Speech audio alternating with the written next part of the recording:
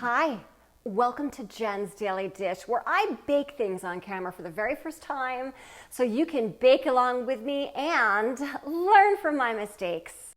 Today we're making a chocolate Guinness cake. Oh yes, it's got beer in it. It's got beer in it. Stout, beer, whatever you want to call it. It's got a strong beer in it. What is that going to do to the cake? It's going to add a lot of depth to that flavor, but am I also adding espresso powder in? Of course I am, because if you watched my other videos, you know chocolate plus espresso powder equals fantastic things happen, so it always goes in. So this recipe comes together pretty quickly, a little bit on the stove, you mix the dry ingredients dry into the wet, into the oven it goes, and that's pretty much it. And then we get to make a cream cheese frosting so that the cake will look like the chocolate cake and then the foam from the beer. Let's do this, but first I was inspired by this song. A cake can be grand, but add beer makes it special.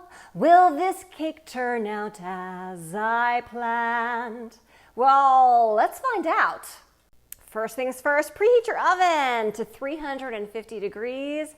Second thing you want to do is to get your cake pan ready.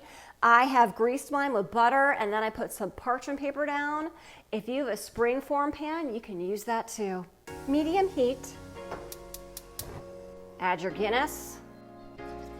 Add your butter. Stir until the butter has melted. You don't really want it to come to a boil, but we do want it to sort of simmer a little bit so it'll melt that butter. Once the butter has fully melted into the Guinness, take it off the heat. Cocoa, sugar, whisk until fully blended and combined together.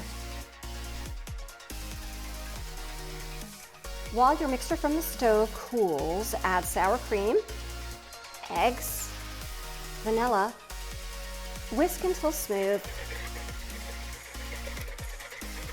Mix your dry ingredients together, flour, baking soda, and that espresso powder. This is a half teaspoon because it's chocolate, it needs to go in. Whisk together.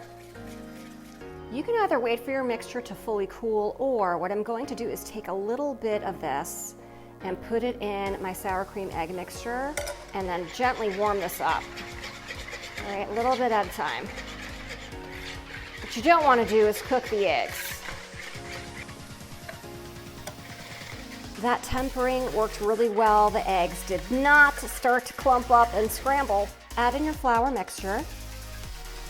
Whisk again until smooth. You don't want to overmix this, but you do want to get it smooth. It should kind of look like chocolate pudding. Pour into your prepared pan. Oh boy, that is going to be quite full. Bake for 45 minutes to an hour until the cake is firm and a toothpick comes out clean. Time's up, let's check it out. Ooh!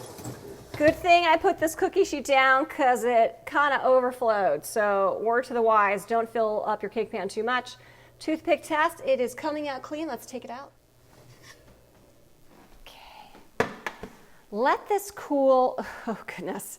All right, we might eat that separately. Let this cool to room temperature and then we'll make the frosting.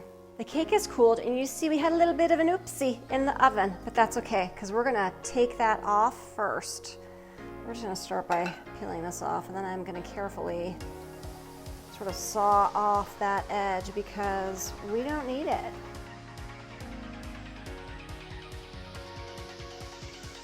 This is where you learn from my mistakes. Just making sure that the edges are loose. Okay. 1, 2, 3. Okay, everybody have good positive thoughts, please. Oh, see? Perfect. Perfect, and nobody will know what happened on the other side because look how smooth that is. Softened cream cheese, heavy cream.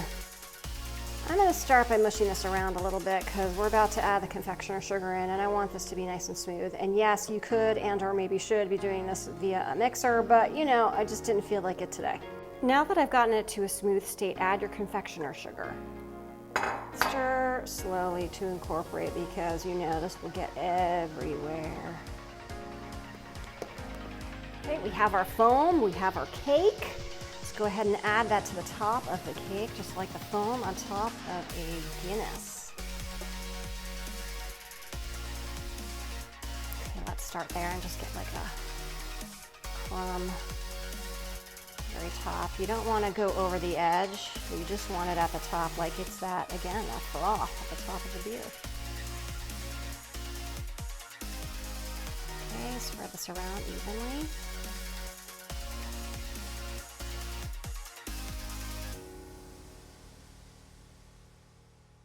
Look at this chocolate Guinness cake. I mean, come on. It's got that thick frosting foam on top and then the cake below, just like a beer, right? Let's give it a try.